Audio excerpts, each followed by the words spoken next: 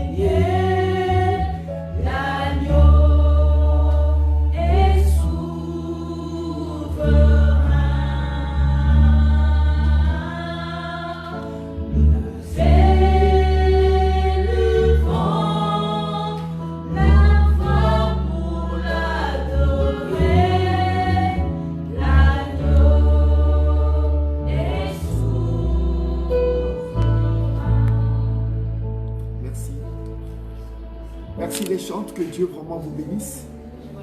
Alors, bien-aimés dans le Seigneur, nous allons donc passer à la parole du Seigneur. Le thème de ce matin, c'est « Fais du bien à ton prochain ». Je répète le thème de ce matin, « Fais du bien à ton prochain ». C'est l'histoire qui se passe dans le livre de Luc, chapitre 10, le verset 25 au verset 37. Alors je vais demander au pasteur Aloïs de nous dire cette histoire parce que c'est l'histoire du bon samaritain. C'est une histoire qui est connue de beaucoup de gens, beaucoup d'hommes de Dieu ont prêché là-dessus. Mais je voudrais aussi mettre ma pierre à l'édifice par rapport à ce texte. Donc, pasteur Aloïs, tu vas lire ce texte. Lisons la parole de Dieu dans le livre de Luc, chapitre 10, à partir du verset 25 jusqu'au verset 37. Un docteur de la loi se leva et dit à Jésus pour l'éprouver: Maître, que dois-je faire pour hériter la vie éternelle? Jésus lui dit: Qu'est-il écrit dans la loi? Qui lis-tu? Il répondit: Tu aimeras le Seigneur, ton Dieu, de tout ton cœur, de toute ton âme, de toute ta force et de toute ta pensée, et ton prochain comme toi-même. Tu as bien résolu, répondu. Lui dit Jésus: Fais cela et tu vivras. Mais lui voulant se justifier, dit à Jésus: Et qui est mon prochain? Jésus reprit la parole et dit: Un homme descendait de Jérusalem à Jéricho. Il tomba au milieu des brigands qui le dépouillèrent, le chargèrent de coups. Ils s'en allèrent, le laissant à demi-mort. Un sacrificateur qui, fortuitement, descendait par le même chemin, ayant vu cet homme, passa outre. Un lévite qui arriva aussi dans ce lieu, l'ayant vu, passa outre. Mais un Samaritain qui voyageait, étant venu là, fut ému de compassion lorsqu'il le vit. Il s'approcha et banda ses plaies en y versant de l'huile et du vin. Puis, il le mit sur sa propre monture, le conduisit à une hôtellerie et prit soin de lui. Le lendemain, il tira 2 deniers, les donna à l'hôte et dit: Aie soin de lui, et ce que tu dépenseras de plus, je te le rendrai à mon retour. Amen. Je te le rendrai à mon retour. Lequel de ces 3 semble avoir été le prochain de celui qui était tombé au milieu des brigands? Verset 37. Oui. C'est celui qui a exercé la miséricorde envers lui, répondit le docteur de la loi. Et Jésus lui dit: Va, et toi, fais de même. Amen. Amen. Alors Jésus dit au docteur de la loi: Va et toi, fais de même. Vous savez, bien aimé dans le Seigneur, lorsque Christ était en train de faire ses campagnes, en train de prêcher l'évangile, il partait de lieu en lieu prêchant l'évangile. La Bible dit ici qu'il a rencontré un docteur de la loi. En rencontrant le docteur de la loi lui a posé la question de savoir Maître, que dois-je faire pour hériter la vie éternelle? Il dit, Maître, donc il s'adresse à Jésus, que dois-je faire pour hériter la vie éternelle? Mais le terme, on pourrait dire que comment hériter la vie éternelle. Mais je voulais beaucoup plus parler du bien qu'on doit faire à notre prochain pour hériter cette vie, effectivement. Il va lui poser la question, que dois-je faire pour hériter la vie éternelle? Parce que la vie ici-bas n'est qu'une vie temporelle. De toutes les façons, l'homme, il vit combien d'années ici sur la terre?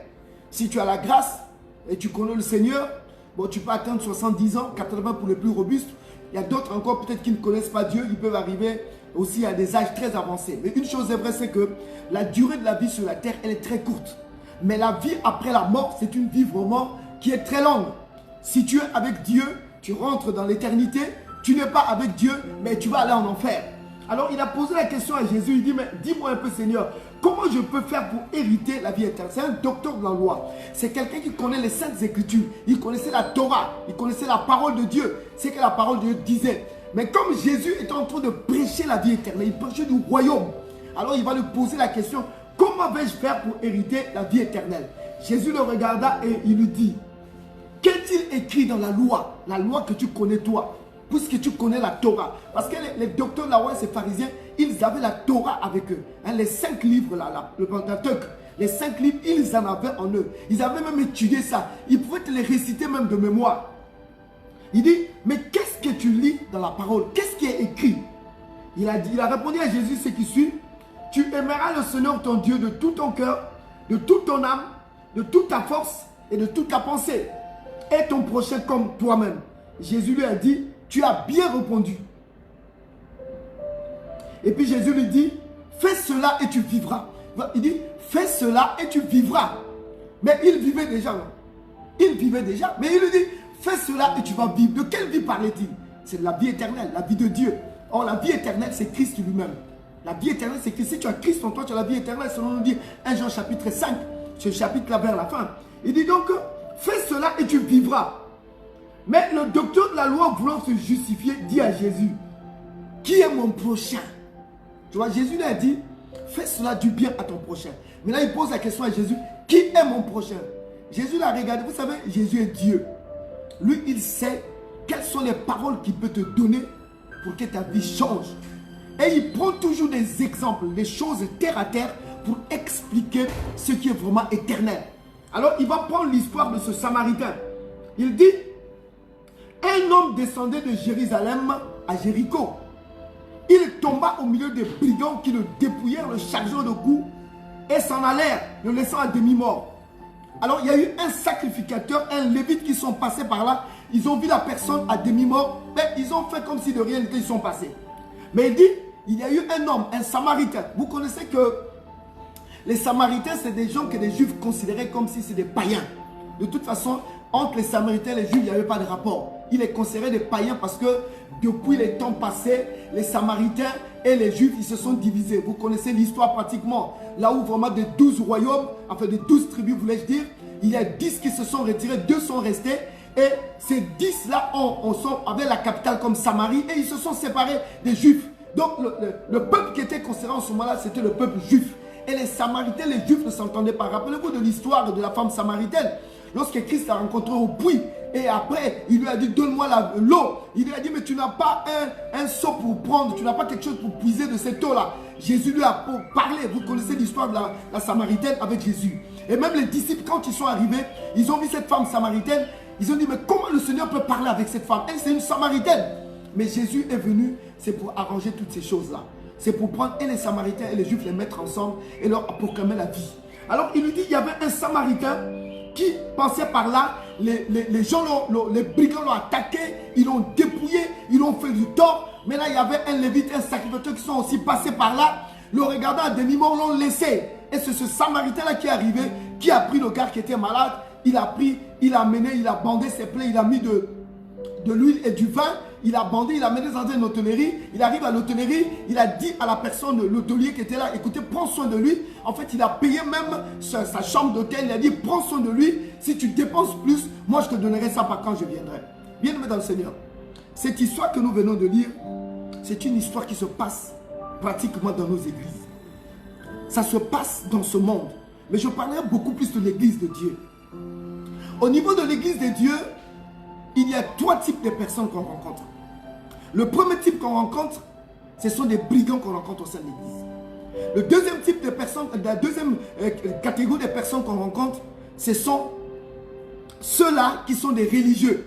Et le troisième type de personnes qu'on rencontre dans l'église, c'est maintenant les Samaritains, ceux qui ont de l'amour en eux. Vous voyez bien aimé, on rencontre ces 3 types de personnes au sein de chaque église. Même dans certaines familles aussi, on peut trouver ces types de personnes-là. La Bible dit que ce Samaritain-là, il a quitté Jérusalem pour descendre vers Jéricho. Jérusalem en haut, Jéricho est en bas. Bien-aimé dans le Seigneur, toutes les fois qu'une personne quitte le niveau le plus élevé pour partir au niveau le plus bas, il rencontre toujours des difficultés. Vous allez voir qu'une personne qui est élevée, c'est une personne qui voit clair. Par exemple, si tu es sur une montagne, tu peux voir tout ce qui se passe en bas. Mais au fur et à mesure que tu descends de la montagne, du sommet de la montagne au bas de la montagne, tu ne peux plus voir même les choses cachées. Parce que quelqu'un, il est arrivé même au moment lorsque les colons sont venus ici en Afrique, eux ils faisaient quoi? Eux ils trouvaient toujours des endroits où construisaient leur maison sur une montagne. Parce qu'ils avaient la possibilité de voir si nous les Africains ou les indigènes, les gens qui étaient là pouvaient se révolter, ils pouvaient voir et chercher un moyen de fuir. Donc une personne qui est sur une montagne, une personne qui est élevée voit facilement les choses qui sont en bas. La Bible dit ici que cet homme était à Jérusalem, ce Samaritain-là. Mais il descendait vers Jéricho. Jéricho, c'est vers le bas. Jéricho, c'est là où il y a la pourriture. Jéricho, c'est là où il y a des choses bizarres. Vous savez l'histoire de Jéricho. Là où Dieu a dévoué par interdit Jéricho. Là où les enfants d'Israël ont contourné Jéricho 7 fois. Ils ont fait tomber Jéricho. Jéricho, nous savons tous qu'il y a des choses pas bien là-bas à Jéricho. Mais cet homme a quitté Jérusalem pour descendre vers Jéricho. Mais en cours de route, mais il rencontre des brigands. Il rencontre des brigands. Un brigand, c'est une personne qui ne peut pas te laisser en paix. Un brigand regarde son intérêt personnel. Un brigand, lorsqu'il est là, c'est pour te dépouiller, pour prendre tout ce qui est à toi pour son compte en lui. Parce que pour lui, il dit que ce que tu détiens, ce n'est pas bien pour toi. Ça le concerne lui, donc il doit te retirer ça. La Bible déclare qu'ils ont fait quoi? Ils ont dépouillé le Samaritain. Ils l'ont chargé de coups d'eau, ils l'ont frappé le Samaritain et ils l'ont laissé à demi-mort. Et ils croyaient même qu'il était mort, ils l'ont abandonné. Je l'ai dit que dans nos églises, nous trouvons aussi ce genre de personnes. Dans nos églises. Toutes les personnes, par exemple, qui étaient à un niveau élevé au sein de l'église, qui étaient en accord avec Dieu, qui travaillaient avec l'Éternel, qui étaient toujours attachés à Dieu, lorsque cette personne se refroidit, lorsque cette personne rétrograde, il va rencontrer des brigands sur son chemin.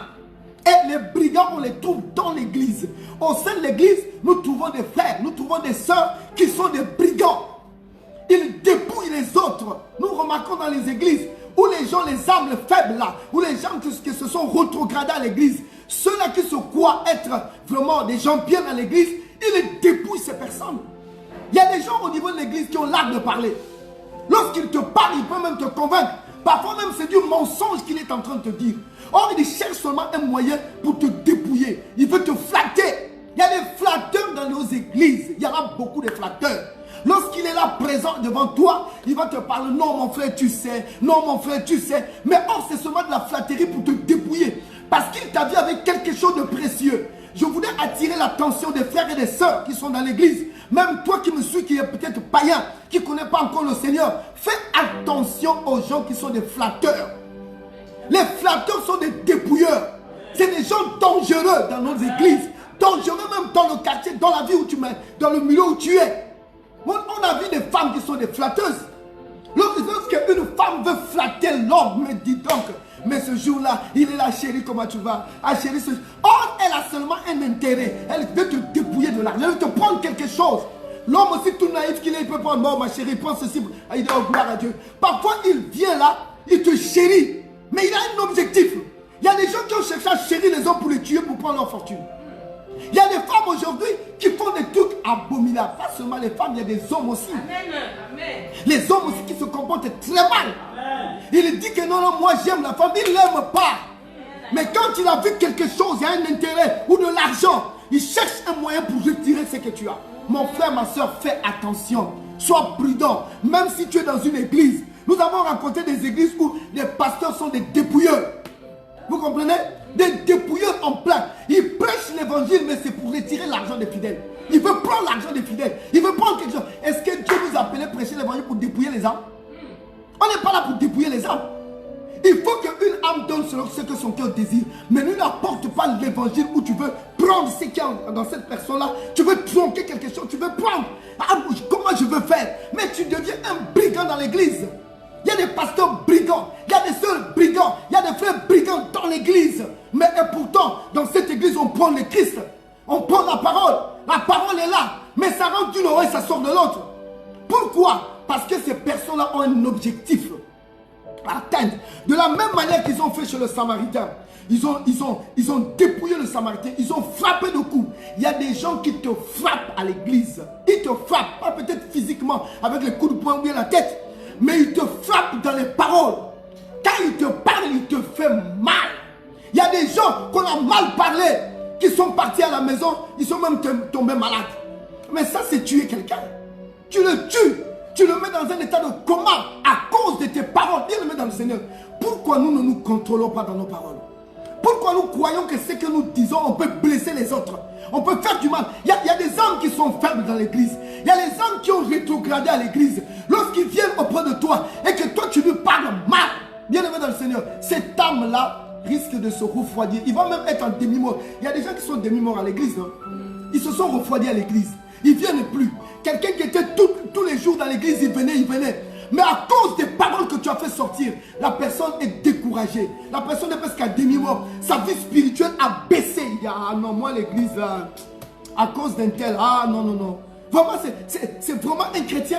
C'est vraiment une chrétienne qui me parle comme ça. Mais tu blesses la personne. Tu es en train de rosser des coups de poing. Mais les coups de poing par tes paroles. Parce que vous savez bien aimé, on peut facilement tuer quelqu'un avec la langue. La langue tue. Facilement, tu tues quelqu'un avec ta langue. Donc, nous devons nous contrôler au sein de l'église. Avec les âmes. Bientôt là, bon, chez nous ici au Congo, au Brazzaville, bon, peut-être dans d'autres pays, ils avaient déjà déconfiné. Mais nous, on vient de déconfiner hier. Donc, nous commençons les cultes à partir de mardi. Mais je crois que ce déconfinement, je m'adresse à ceux qui sont ici au Congo et peut-être dans d'autres pays qu'on n'a pas encore déconfiné ou qu'on vient de déconfiner. Nous devons savoir que lorsque nous allons retrouver nos églises, sachons parler aux autres. Sachons parler aux autres pour ne pas les blesser, pour ne pas les tuer, pour ne pas les mettre dans le coma. Bien aimé dans le Seigneur, s'il vous plaît, le temps est là. Supposez un seul instant que le temps du coronavirus, c'était la fin du monde. Je ne dis pas que c'est la fin du monde, mais c'était la fin du monde par exemple. Et que le temps était arrivé qu'on parle. Mais dans cet état-là, est-ce que tu pouvais rentrer? Tu pouvais hériter la vie éternelle. Bien aimé dans le Seigneur, cet homme-là s'est vu être dépouillé, rossé de coups. Et les gens l'ont laissé à demi-mort. Il y a des gens, quand ils te font du mal, ce n'est pas son problème. Même si tu souffres là, ce n'est pas son problème. Il te laisse là. Lui, l'essentiel est que ce qu'il voulait, il a accompli sa mission. Il a pris ce qu'il fallait prendre. Il a fait ce qu'il fallait faire sur toi. Et puis c'est fini. Il y a des gens aujourd'hui qui ont promis des mariages aux sœurs. Tu as promis le mariage à la sœur. Non, sœur, je veux t'épouser. La sœur s'est donné corps et âme sur toi. Il dit vraiment, l'homme va m'épouser. Je veux te... Mais après, le même frère là va encore trouver une autre fiancée. Le même frère va encore trouver une autre fiancée. C'est un homme à 12 fiancées. Mais qui es-tu toi? Et puis tu es dans l'église. Il y a même des pasteurs qui encouragent ça. J'ai écouté, mon fils m'a fait écouter une vidéo là où un homme disait, bien-aimé dans le Seigneur, lorsque tu vois une femme, mais cette femme-là est déjà sortie avec un homme, toi tu n'as rien fait, tu peux encore sortir avec elle. Je dis n'importe quoi, c'est une abomination ça. Ça c'est une abomination. Il est interdit de connaître la nudité de la sœur avant que vous arriviez au mariage. C'est ce que la Bible dit. Nous devons nous abstenir de la fornication. Bien aimé dans le Seigneur, la sœur s'est donnée à toi. Il dit que c'est mon fiancé. Mais qu'est-ce que tu fais? Tu la blesses par tes réactions, par ta manière d'être. Bien aimé, ce n'est pas bon. Nous devons changer. Changeons, bien aimé, si nous voulons hériter la vie éternelle. Parce que la vie éternelle n'est pas facile, hein, bien aimé dans le Seigneur. Ne crois pas que c'est un jeu de blague. Hein. Donc toi, pour hériter cette vie, fais du bien à ton prochain. Ton prochain, c'est ton frère, ta soeur qui est à côté de toi. Fais-lui du bien. Et lorsque ces gens-là l'ont reçu de coups, l'ont taillé pièce en pièce, ils l'ont abandonné. Ils sont partis. Ils ont eu leur gain.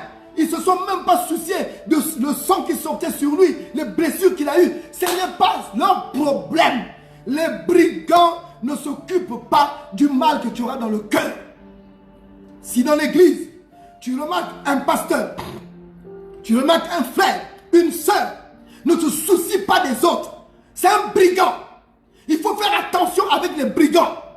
Parce que le brigand, c'est un criminel. Le brigand, c'est un voleur. Le brigand, c'est un bandit. Il veut de ta mort, un brigand. Mais Dieu ne veut pas de ta mort, bien-aimé. Celui qui est avec le Seigneur, il ne voudra pas de ta mort. Parce qu'il voulait que tu sauves ta vie. Mais au travers de Christ. Et donc, en le faisant, ces gens l'ont laissé et ils sont partis. Le gars était agonisant là. Il ne savait pas à quel sens se vouer. Puisque tout le monde est parti. Il a eu mal. Mais la providence étant, il y a eu 2 hommes de Dieu qui sont passés. Je dis bien 2. Le premier, c'est un sacrificateur. Alors, un sacrificateur, c'est une personne qui a été établie pour prier pour les autres, pour intercéder pour les autres. Toi, tu es sacrificateur, tu fais quoi? Dans l'Ancien Testament, le sacrificateur est celui-là qui rentrait, qui intercédait pour les autres et qui faisait tout le service. Si ce jour-là, tu fais le service avec les autres, vous travaillez, mais dans la maison de Dieu. Un sacrificateur est mis à part pour le Seigneur. Or, aujourd'hui, Dieu a fait de nous un royaume des sacrificateurs. Tous nous sommes devenus des sacrificateurs. Ceux qui ont accepté Christ comme Seigneur et Sauveur personnel, tu deviens un sacrificateur. Alors, ce sacrificateur-là passe, mais il regarde le mort. Il dit, ah, il ne peut pas toucher le mort. Il passe pour le outre. Parce que dans la loi juive, je crois, Dieu avait dit dans le livre de Lévitique 21 à 3 que le sacrificateur ne doit jamais se souiller vers un mort. Il faut éviter ça. Mais si Dieu leur avait parlé de ça, pour regarder leur état de cœur, quel était leur amour. Mais il a laissé tomber. Mais quelqu'un agonisant, quelqu'un souffre, tu passes outre. Et tu es un homme de Dieu. Tu prêches l'évangile. Tu vois Dieu. Ah frère, frère s'il te plaît, ma soeur, tu es pasteur. Tu es pasteur d'une église. Tu es apôtre. Tu es prophète. Tu n'as pas de compassion dans ton cœur. Comment est-ce que tu peux être en intercession pour quelqu'un qui n'a pas la compassion? Si tu ne compatis pas à la douleur de l'autre, comment tu peux prier pour cette personne? Moi j'ai remarqué que dans les églises, moi je parle de notre église, je ne parle pas de votre église, de notre église. J'ai remarqué chez nous, les pasteurs qui sont là-bas, on n'a pas assez d'amour. Quand on regarde les autres souffrir, ce n'est pas notre problème. Que tu souffres, que tu sois bien, ce n'est pas son problème. Mais je crois qu'aujourd'hui, nous avons le souci des âmes, nous les hommes de Dieu. On doit avoir le souci des âmes. La Bible déclare que nous rendons compte de chaque âme auprès de Dieu. Donc tu dois avoir cet état de cœur de compatir à la douleur de l'autre. Le sacrificateur, toi qui prêches l'évangile, toi qui connais la parole de Dieu, tu vois quelqu'un qui est souffrant, tu l'abandonnes. Dans l'église, il y a beaucoup de gens qui souffrent. Dans nos églises, beaucoup de gens souffrent. Beaucoup de gens sont en difficulté. Que ce soit physiquement ou spirituellement. Il y a des gens qui sont malades.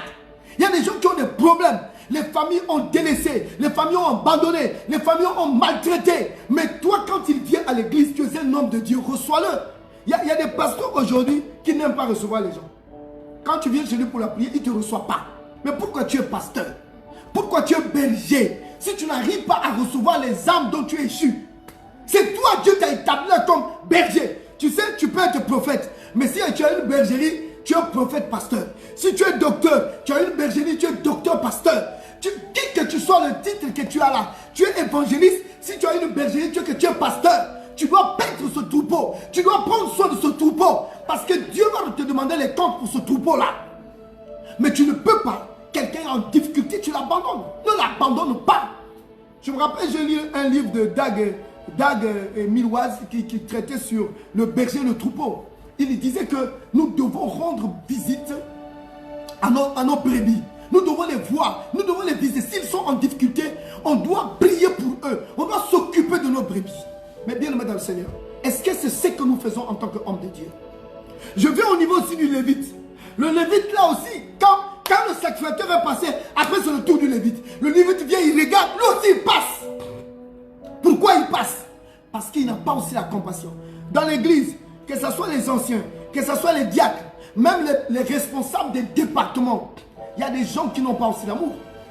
Ils n'ont pas d'amour du tout. Ce n'est pas leur problème que tu souffres pas, ce n'est pas ton problème. Même le pasteur peut souffrir. Le pasteur peut avoir des problèmes. Mais tu vas regarder que les diacres, les anciens, les lévites là, hein, vous allez voir ces personnes-là, les responsables des départements, ils ne s'occupent pas de toi. Même on ne voit pas même des âmes. Moi je me suis rendu compte que tout le long du confinement, il y a des choses qui sont quand même arrivées. J'ai vu.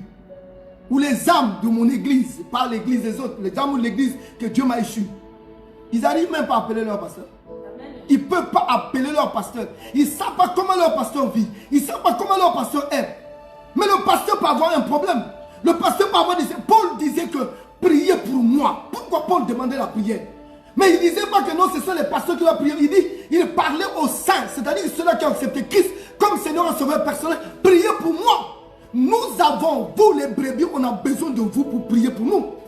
Nous avons besoin de vous que vous priez pour nos enfants, notre maison. Parce que on attaque beaucoup plus la maison du berger. Mais vous les âmes, si le berger par exemple n'est plus là, mais vous allez vous disperser, non? Parce que si vous êtes là, c'est à cause du berger. Mais toi, tu ne pries pas pour ton pasteur. Tu ne le soutiens pas. Pour toi, le pasteur est devenu comme un ennemi. Bien aimé, ça ne doit pas être ainsi. On ne doit pas faire cela. La vie chrétienne ne consiste pas à faire ça. Dieu, dans sa parole, nous a donné le canevas. Comment on doit faire? Qu'est-ce que nous devons faire pour nos pasteurs? Qu'est-ce que nous devons faire pour ceux-là qui sont en difficulté dans l'église? On t'a mis responsable d'un département. Pourquoi on t'a mis responsable d'un département? Tu es responsable des chantres. Tu es responsable du protocole. Tu es responsable de la sécurité. Tu es responsable de quoi d'autres choses. Tu es responsable du département des mamans. Tu es responsable de... Mais qu'est-ce que tu fais pour les autres? Quand tu remarques qu'un frère, une soeur n'est pas venue par exemple au cours d'une réunion. Souvent les gens ils font quoi? Tu n'es pas venu au cours d'une réunion. Quand tu viens la prochaine réunion, ils commencent à t'attaquer aussitôt. Tu étais où? Hein? Mais comment ça? Toi tu es sanctionné. Mais est-ce que tu sais pourquoi il n'est pas venu? Tu as d'abord posé la question de savoir pourquoi le frère, pourquoi la soeur n'est pas venue. Mais il peut avoir des problèmes chez lui à la maison, des situations difficiles. Est-ce que tu as appelé toi le responsable? Tu as appelé, tu es parti vérifier. Avant de prendre une décision, tu dois d'abord t'enquérir la base de la chose. Qu'est-ce qui s'est passé réellement?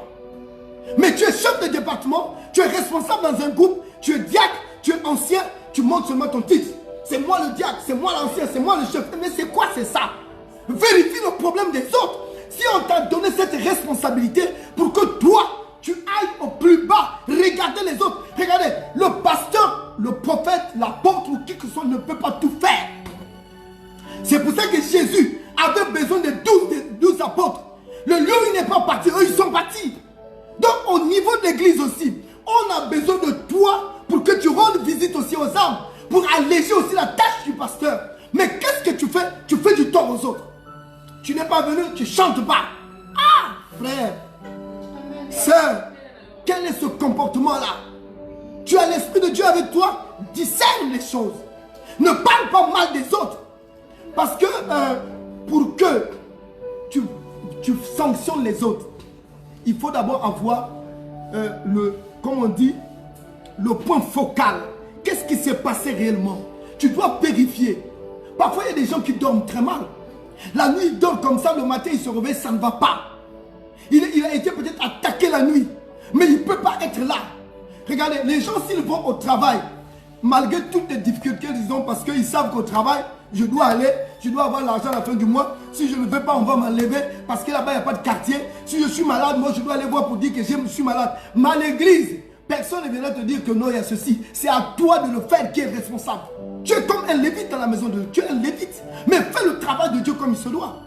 Donc, nous voyons que le sacrificateur est passé. Le lévite est passé.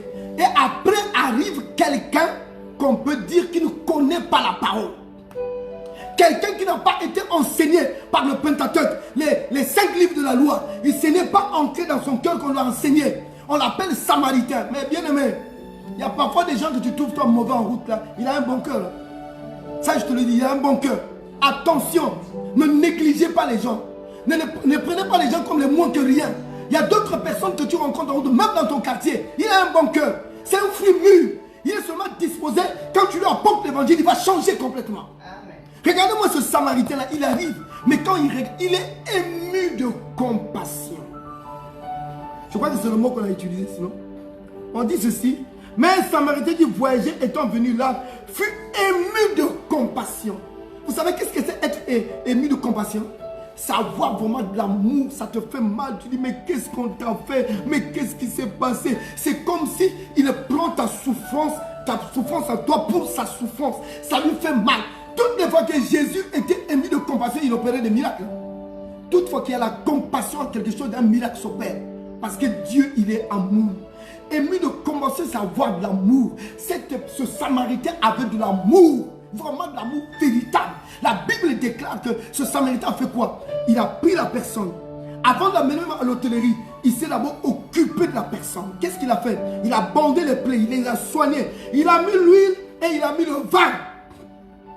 Je me rappelle une fois, ça date quand même de longtemps, c'est en 2010. Je priais avec quelqu'un qui est en France. Il m'a dit, pasteur, j'ai sur ma tête comme des croûtes.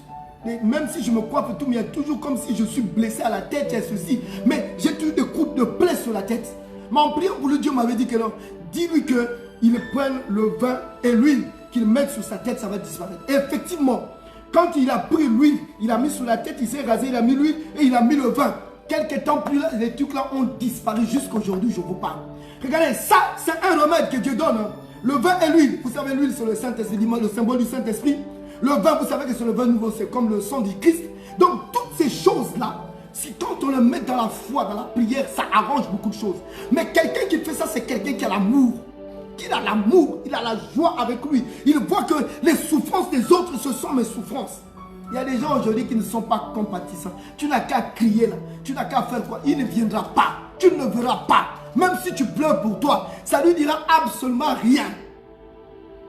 Moi, je me rappelle une fois, ma femme m'a dit, mais quoi, mais tu ne me compatis pas, mes douleurs, j'ai mal. Je lui ai dit, ma femme, même si tu as mal, je compatis à ces douleurs. Si je compatis à tes douleurs, pourquoi? Parce que je ne me permets pas d'aller avec d'autres femmes. Je ne me permets pas de te faire du tort. Parce que je sais que tu es ma femme, je dois m'occuper de toi. Mais il y a des gens aujourd'hui, même avec leur femme propre à la maison, il faut passer une semaine, il ne cause pas avec sa femme. 2-3 jours, il ne cause pas avec sa femme, mais il va prêcher l'évangile. Mais c'est quelqu'un qui dehors, il est bien, mais dans sa maison, il est mauvais. Bien aimé, commence d'abord à faire du bien dans ta maison. La véritable église, c'est d'abord ta maison. Le Samaritain a fait du bien à cet homme-là. Moi, je vous dis même qu'à l'instar de ce passage, je peux prendre même que le Samaritain est Jésus-Christ en plein. C'est comme Jésus-Christ. Il a fait du bien à cet homme. Christ est venu, c'est pas parce que qui que tu sois, quel est ton comportement, ta manière de vivre. Christ ne regarde pas cela. Il est venu pour te faire du bien. Et donc ce Samaritain a pris cet homme. Il a bandé les plaies, il a rangé, il a tout fait. Et non pas cela, il le prend encore. Il le met sur sa monture. Il met l'homme malade sur sa monture. Vous voyez? Il le met sur la monture, direction quoi? Hôtel. Pour aller le mettre là-bas pour qu'on s'occupe de lui, on prenne soin de lui. Bien aimé dans le Seigneur. Nous savons qu'aujourd'hui, beaucoup de personnes qui sont souffrantes, beaucoup de personnes qui sont en difficulté, Dieu permet qu'ils viennent dans nos églises. Mais c'est Dieu qui permet cela. Ils sont peut-être attristés, mais Dieu les amène dans nos églises. Mais dans nos églises, si Dieu nous les amène, c'est pour que nous, les hommes de Dieu, nous puissions nous occuper de ça. Parce que quand tu t'occupes des brebis, quand tu t'occupes des brebis qui sont en difficulté, tu t'occupes, tu fais ce qu'il faut. Bien aimé, ta récompense sera grande. Dieu va te récompenser. Parce qu'il a dit que fais du bien à cet homme-là. Quand je reviendrai, je te donnerai ce que tu as fait. Mais Dieu te fera du bien tant que tu fais du bien aussi aux autres. Bien aimé, manifestons l'amour. La Bible déclare ceci dans le livre de 1 Jean chapitre 4 verset 11. Bien aimé, si Dieu nous a ainsi aimés, nous devons aussi nous aimer les uns les autres. Nous devons nous aimer les uns les autres. Bien aimé, sans amour, tu n'hérites pas la vie éternelle. Fais du bien à ton prochain pour que tu hérites ce que Dieu a prévu pour toi. Si tu ne fais pas du bien, ça ne servait à rien. Est-ce qu'on t'a fait du tort? Est-ce que quelqu'un t'a mal parlé? Quelqu'un t'a blessé? Ou ton cœur saigne? Tu n'es pas en paix? Dieu dit pardonne. Dans le livre de Matthieu 5, le verset 43-44, il est dit, priez pour vos ennemis. Priez pour, faites du bien à vos ennemis. Priez pour ceux qui vous maltraitent et vous persécutent. Faites du bien, mon frère. Fais comme ce Samaritain. Lui, il a fait du bien. Moi, je te conseille de manifester cet amour-là envers tous ceux-là qui souffrent, envers tous ceux-là qui sont en difficulté. Manifeste l'amour, manifeste la compassion. Tu verras toi-même qu'en le faisant, Dieu va te bénir. Notre Dieu, c'est un Dieu miséricordieux. La vie éternelle, c'est Jésus-Christ. Mais si tu as cette vie en toi, bien-aimé, l'amour va être ton partage. Parce que je ne peux pas comprendre que quelqu'un qui a de l'amour haïsse un frère, haïsse une soeur. Il y a un problème. Si tu peux haïr ton frère, haïr ta soeur à cause d'un petit problème, ça veut dire qu'il y a une situation difficile. Oh, Dieu est amour. Et la vie éternelle, c'est Christ Jésus.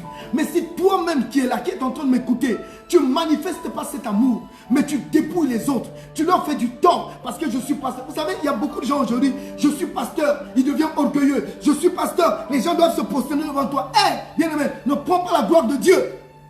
Ne prends pas la gloire de Dieu. Fais-toi petit enfant pour que Dieu t'élève autant convenable. Mais s'il te plaît, mon frère, rabaisse-toi.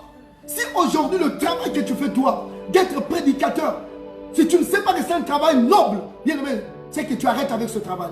Mais si tu sais que le travail que tu fais c'est un travail noble, bien aimé, c'est que je te conseillerais, prends soin de ces brebis-là. Prends soin de ces âmes qui te sont échues par Dieu.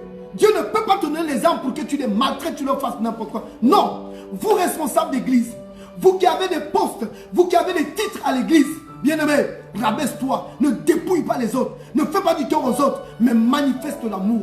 Donc sur ces trois types de personnes, Dieu a dit aux Samaritains, au docteur de la loi, alors, il dit, lequel de ces trois te semble avoir été le prochain de celui qui était tombé au milieu des brigands? Il a dit, c'est le troisième. Il lui a dit, toi, va, fais de même. Toi aussi qui m'as écouté ce matin, je te demande une chose. Puisque tu as écouté ce message, va, fais de même. C'est-à-dire, manifeste l'amour. Même si tu avais un problème avec quelqu'un.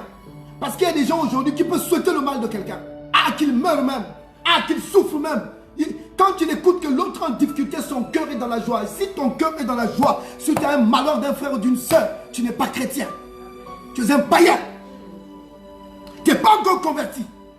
Parce que tu ne peux pas souhaiter le mal. Même si c'est un païen. Même si c'est quelqu'un qui t'a fait du mal. Tu ne peux pas souhaiter son mal. Je ne sais pas qui est cette dame. On m'avait raconté cette histoire. Il y avait une femme qui a eu des problèmes avec une autre femme. Ils étaient à la cour commune, c'est-à-dire qu'ils louaient dans un même endroit. Alors, ils ont eu à se disputer entre femmes. Et après, l'une et l'autre se sont partis.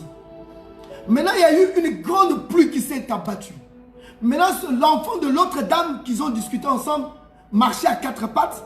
Et après, il y a eu crue. Parce que vous savez que chez nous, ici en Afrique, quand il pleut, il y a beaucoup d'eau qui passe, mais avec une force.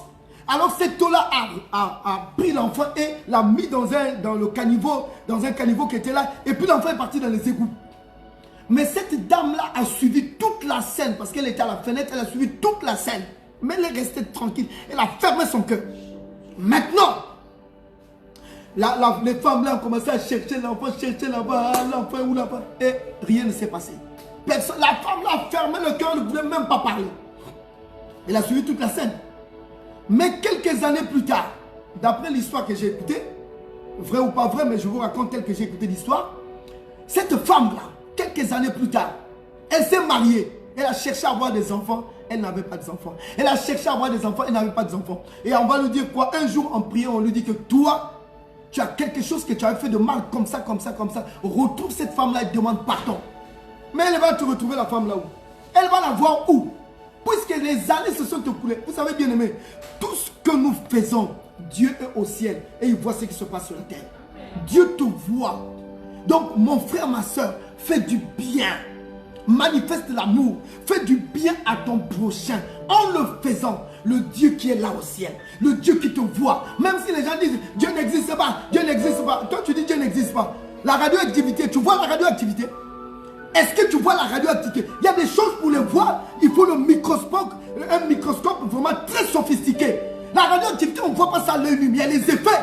De la même manière, Dieu, tu ne le vois pas avec tes yeux physiques, mais Dieu existe. Dieu est vivant. Même toi qui es en train de me parler, depuis que tu es né, tu as déjà vu ton cœur? Depuis que tu es né, tu as déjà vu tes intestins? Depuis que tu es né, tu as déjà vu tes poumons? Mais les poumons sont en toi, tu les sens, mais tu ne peux pas les voir. Le jour où tu veux chercher à les voir, tu vas mourir. C'est comme avec Dieu. Dieu, tu ne peux pas le voir et vivre. Mais Dieu est présent. Accepte-le dans ta vie. Marche selon les principes de Dieu. Ta vie va être bien. Manifeste l'amour, mon frère, ma soeur. Quel que soit le mal qu'on t'a fait. Parce que je suis en train de voir ici, là, une soeur qu'on a fait du mal, mais qui a bloqué les problèmes dans le cœur jusqu'à l'instant où je parle là. Il ne veut pas causer cette personne. Ne fais pas ça. Manifeste l'amour. Sois comme ce Samaritain qui était ému de compassion, qui a manifesté l'amour, qui a fait ce qu'il fallait, qui a pris même de son argent, a donné pour qu'on s'occupe de cette personne. Est-ce qu'il connaît la personne? Il ne connaît pas la personne. Mais il a fait du bien parce qu'il sait qu'il faut faire du bien. Toi, tu sais qu'il faut faire du bien, mais tu ne le fais pas, tu commets un péché. Fais le bien pour que la gloire de Dieu tombe dans ta vie. Voilà mon frère, ma soeur, le message que je tenais à te livrer ce matin. Je le répète encore, fais du bien à ton prochain pour que ta joie soit parfaite. Au nom de Jésus. Amen. Voilà, on va acclamer notre Dieu. Lui qui est le Dieu vivant, le Dieu puissant. Alors, nous venons d'écouter ce message où Dieu nous a parlé de la vie éternelle et comment l'hériter. Il faut avoir de l'amour, faire du bien à ton prochain. Je voudrais m'adresser à un frère ou à une soeur qui me suit. Peut-être que tu n'as pas encore reçu Christ dans ta vie. Parce que pour faire ce bien-là, il faut vraiment que tu sois dans le Seigneur. Que tu sois attaché à Dieu. Parce que quand le Saint-Esprit est en toi, il va changer ta manière de vivre. Même si tu avais un mauvais cœur, ton cœur va être différent. Parce que c'est lui qui a la capacité de tout changer. C'est pour ça que si tu me suis et tu veux recevoir le Seigneur suite au message que tu as écouté, alors tu vas répéter ces paroles après moi. Seigneur Jésus, j'ai écouté ta parole ce matin. Longtemps j'ai marché seul. Mais aujourd'hui, en écoutant ta parole, je reconnais que tu es la vie. Je reconnais que tu es ma force. Je reconnais que tu es ma lumière. Ce matin, je t'accepte comme mon Seigneur et mon Sauveur personnel. Viens vivre en moi, Jésus. Dirige mon esprit. Dirige mon âme. Dirige mon corps. Que dorénavant, je marche dans l'amour. À ton image, à toi, Jésus-Christ. Amen. Voilà, on acclame notre Dieu. Je suis content de toi parce que tu as reçu le Seigneur ce matin. Alors, je vais prier. Toutes les fois, je prie toujours pour les malades. Je prie pour quelqu'un qui a une situation. Je ne connais pas ton problème, mais c'est Dieu qui connaît ton problème. Mais je vais prier pour toi. Que tu sois malade, tu as une situation difficile de travail, une situation des enfants, une situation, n'importe quelle situation que je ne connais pas, mais je vais prier pour toi. Tu vas lever tes deux mains là où tu es, toi qui es en train de me suivre. Lève tes deux mains, on va prier. Éternel notre Dieu, Éternel notre puissance et notre force. Celui qui dit une chose et cette chose s'accomplit. Celui qui a créé le ciel, la terre et l'univers, visible et invisible. C'est lui qui est venu délivrer les captifs et rendre libres les opprimés. C'est lui qui est mort sous l'arbre la croix Golgotha et qui a dit tout est accompli pour que nous soyons sauvés. Seigneur Jésus, je te bénis pour ta force. Je te bénis pour ta lumière. Je te bénis pour ta joie. Je te bénis pour ta paix que tu ne cesses de déverser au milieu de nous. Je voulais te présenter, Jésus, cette soeur, ce frère qui me suit dans les milliers de kilomètres d'ici. Je ne connais pas qui il est, mais toi tu le connais, Éternel. Mais aussi vrai que tu es Dieu, je ne connais pas sa situation. Peut-être que la personne est malade. Peut-être que la personne a un problème de travail. Peut-être que la personne a un problème de famille. Un problème quelconque, mon Dieu, mais que tu connais toi. Mais aussi vrai que tu es mort. Aussi vrai que tu es ressuscité. Aussi vrai que tu es assis à la droite de Dieu le Père Tout-Puissant. Aussi vrai que tu reviendras pour juger les vivants et les morts. Seigneur Jésus, étends ta main sur ce frère. Que la personne la reçoit. Si elle est malade, la guérison. S'il y a un problème quelconque qui l'accable, qu'il reçoive la solution à ce problème. Ou, nom de Jésus-Christ de Nazareth, je paralyse toute œuvre du diable. J'anéantis la puissance des ténèbres contre la vie de mon frère et de ma soeur. Seigneur, il y a quelqu'un ici qui est en train de dire, est-ce que je veux vivre longtemps? Est-ce que je ne veux pas mourir de sitôt? Seigneur, tu nous as dit dans ta parole, et je le réponds par rapport à ta parole, que Christ a dit que je te rassasirai de longs jours, je te ferai voir mon salut. Christ a dit que le nombre d'années de ta vie s'élève à 70 ans, à 80 ans. Si tu es attaché à Dieu, tu es beaucoup robuste. Dieu arrive à 80, même 100 ans. N'aie pas peur de la mort. N'aie pas peur, mon frère, ma soeur. N'aie pas peur. Attache-toi à Dieu. Dieu ne peut pas te délaisser, il ne peut pas t'abandonner. Seigneur, étends ta main sur cette personne. Étends ta main. You glad rein i det strogenabel gesta. Megenabel glod. You know, stakive gestin astroka. Tu es le Dieu de l'élévation.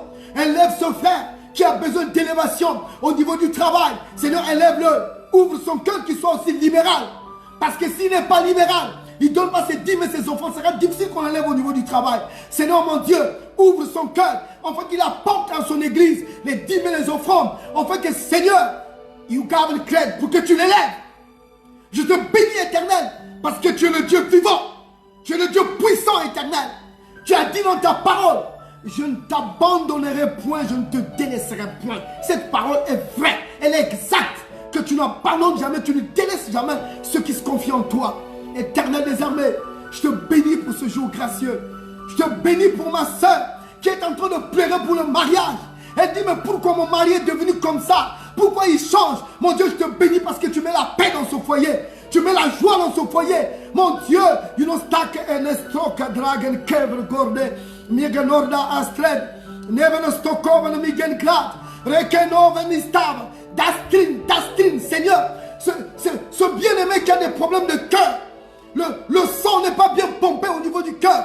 Mais mon Dieu, tu me montres les aortes là. Tu me mets les veines au niveau du cœur. Mais mon Dieu, par ton nom Jésus-Christ, you got the kid, que tout ce qui est comme aorte, tout ce qui est comme veine, soit rétabli au niveau de son cœur. Je proclame que son cœur se normalise, que ce corps-là pompe du sang normalement. Ou dans de Jésus-Christ de Nazareth. Gerno ostrakar regab, you know megen kive kostreka, dasten ustrive negab. Mets l'amour, mon Dieu, mets l'unité. Là où il y a la division, mets l'unité. Parce que tu es le Dieu de l'unité. Tu ne veux pas qu'il y ait division, mais tu veux qu'il y ait amour. Que l'amour se manifeste, éternel, pleinement et puissamment. Au nom de Jésus-Christ de Nazareth. Mon Dieu, merci pour ce temps que tu nous accordes. Que ton nom soit sanctifié. Que ton règne descende dans la vie de chaque frère et chaque soeur. Que ton règne descende. Que ton règne descende dans la vie de mes bien-aimés. Que ton règne descende, Jésus. Que ton règne descende dans la vie de ses frères et ses sœurs. Gloire à toi, Père. Toi qui nous aimes et qui nous contrôles. Au nom de Jésus-Christ de Nazareth. Et tous nous disons Amen. On acclame notre Dieu. Voilà, nous avons fini. Que Dieu vous bénisse. À nous revoir donc le dimanche prochain. Merci.